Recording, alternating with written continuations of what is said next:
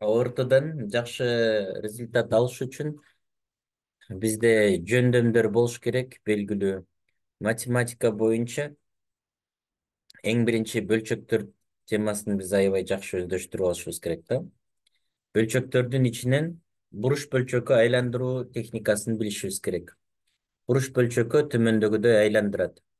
Буруш бөлчөктөн биринчи мына бул аралаш сандар да.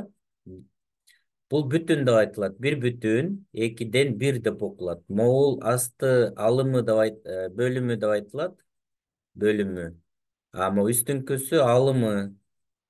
Ал эми могул сан бул бүтүн сан деп айтылат. Бул эми аттарын дагы биз билишибиз керек. Эми эсепти чыгарып баштайлы. Бир бүтүн экиден бир дейт. Буруш бөлчөккө айландырыш үчүн бөлүмүн өзүн эле жазып алабыз мына. Экини бирге көбөйтсөм эки болот, үчүнө бирди кошсом үч болот. Экиден үч. Эми силер мен менен параллельно могуларды чыгарып кете бергиле. Бул 81-нчи эсеп, 82-нчи эсеп деген сөз. Бул номерлери. Эми кийинкиси 2,3-төн 2 экен, айландырып кете беребиз. 3 жерде 2 6, 2-ни кошсом 8. 4-түн өзүн жазып алам бөлүмүн. 4 жерде 3 12, 3-тү кошсом 15. Кеттик аны 5. 5-ти 4-кө көбөйтсөм 20, 20-га 4-тү кошсом 24 болот.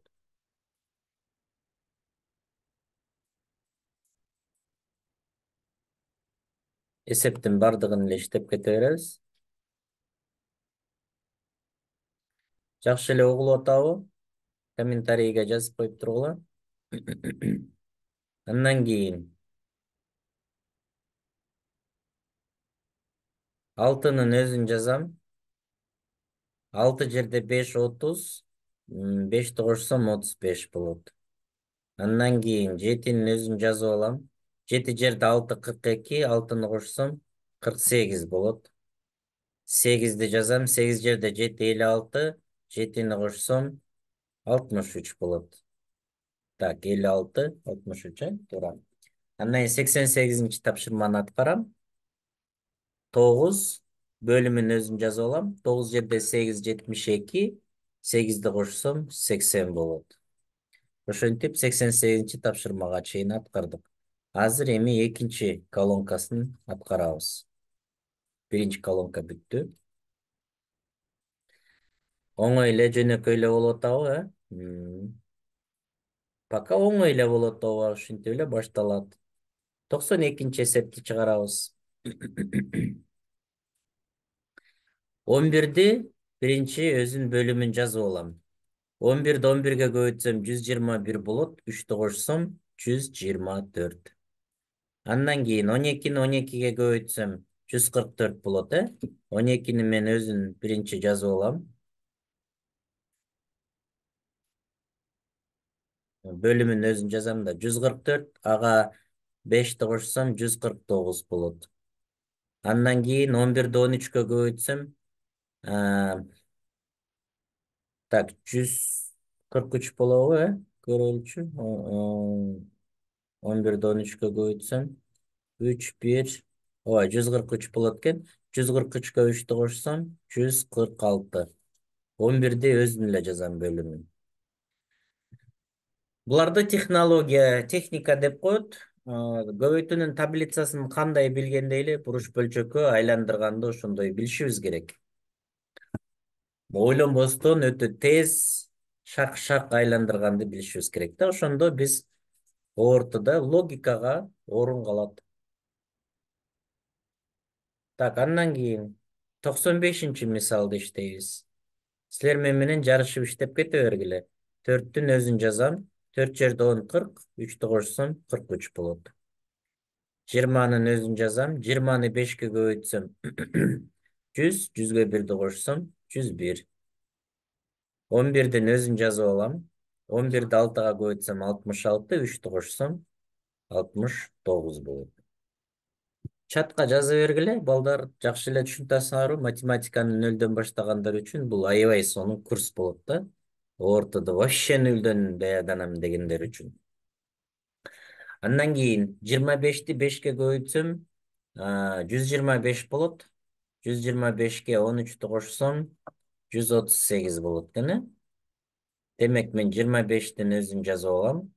138. 25'ten 138 деп окулат. Дальше кеттик. 26-ны 7-ге көбөйтөт экенбиз. Эми силер мындай кылышыңар керек да, балдар. Калькуляторду колдонбошуңар керек. Эгерде калькуляторду колдоно турган болсоңор, анда иш болбой калат. Ортого даярданыштын деле кереги жок. Калькуляторду текшериш үчүн колдонсоңор болот. Бирок эсепти чыгарганга калькуляторду колдонууга болбойт. Так, колго көбөйткөндү билишиңер керек. 26-ны мен 7-ге көбөйтөт экен. Мына колго көбөйтүп эле иштеп кете беребиз. 26-ны 7-ге. 7 жерде 6 42, 4 көңүлдө, 7 жерде 2 14, 18, 182. 26-нын өзүн жазам. 182-ге 5 кошсом 187 болот. 42, 4 көңүлдө, туура, текшердим. 27-ни 3-кө көбөйтсөм 81 болот. 81-ге 4 кошсом 85. 27-ден 85. 16-ны 4-кө көбөйтсөм 64, 1-ди кошсом 65 болот. 16-ны 3-кө көбөйтсөм 48 болот, 5-ди кошсом 53 болот, Так, машыгабыз ушинтип. Бул китепти мен менен байланышып сатып алсаңыздар болот. Китеп быйыл дагы жаңыланган. Ортого даярданууга аябай жакшы китеп. 36-ны 3-кө көбөйтсөм, 3-кө көбөйтсөм 108 болуш керек эле. 18 бир көңүлдө, туура. 108, 108-ге 7-ни кошсом 115 болот. Ошентип 36-дан 115. Чаттарды окуп коеюн. Так, түшүнүктүү эле болуп жатат дейт. Азаматсыңар. Иштей беребиз дальше. Биринчи бетин бүтөлү деп калдык. 2 колонка иштеп койдук силер менен. Эми 3-үнчү колонканы иштейбиз. 104-үнчү тапшырмага келдик. 17-ни 10-го көбөйтсөм, биринчи мен 17-нин өзүн жазып алам. 170, 170-ке 3-тү кошсом 173. Андан кийин 26-ны мен 30-га көбөйтөт экенмин. 30-га көбөйткөндө 0-ду бияка түшүрүп коем. 6 жерде 3 18 бир көңүлдө 6 7 780 болот экен. Ошондо 789 болот. Муну буга көбөйтүп, муну кошуп коем. 2-нин өзүн жазам. 2-ни 100-гө көбөйтсөм 200, 201. 18-дин өзүн жазам. 25 болот экен. Мына ошентип шуулдап кете бересиңер андан ары. 108-нчи мисалды иштейбиз азыр.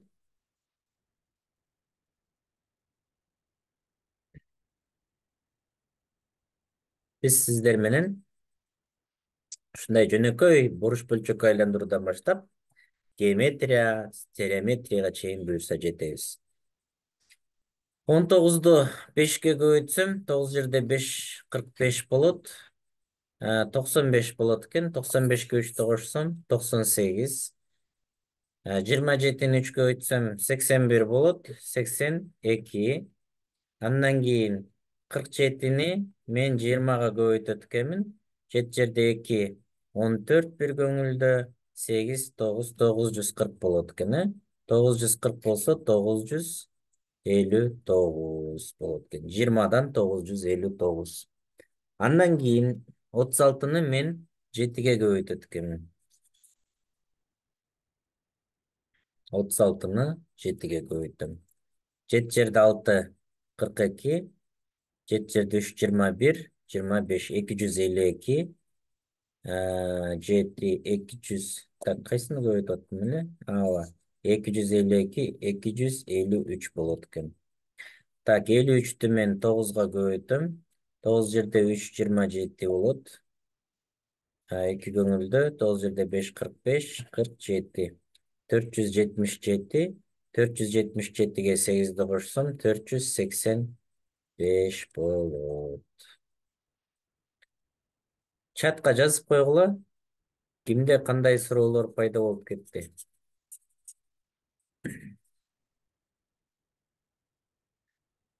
Так, андан ары 13, 14 иштейт экенбиз. Анан экинчи бетке өтөбүз. Так, 12-ни мен 7-ге көбөйтсөм, 7 жерде 14, 84 болот экен. 12-ни 7-ге көбөйтсөм 84, 2-ни кошсом, ой, 6-ны кошсом 90.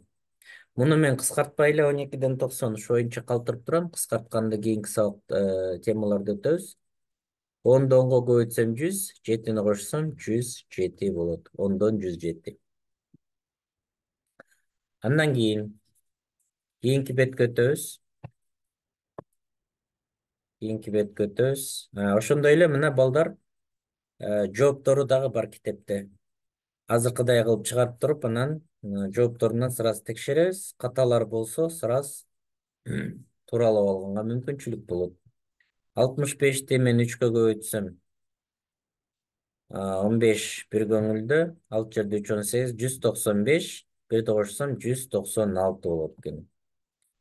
30 жерде 1 30, 39 болот, Андан кийин 117-ни 31-ди мен 7-ге көбөйтөт экенмин. 7 жерде 1 7, 217. 31-дин өзүн жазам, 217-ге 12-ни кошсом 9, 2, 229 болот экен.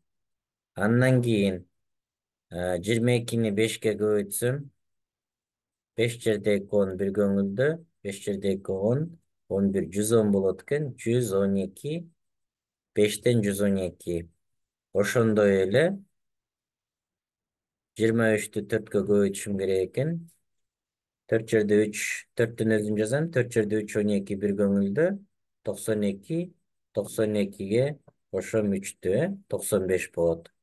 Андан кийин 14-тү мен 7-ге көбөйтсөм, 7 жерде 4 28, 98, 98-ге бирди кошсом 99 7. Мына балдар, ушинтип биз эң биринчи теманы бүтүрүп койдук. Темабыз буруш бөлчөктөргө айландыруу. Аралаш сандарды буруш бөлчөктөргө айландыруу деп аталат.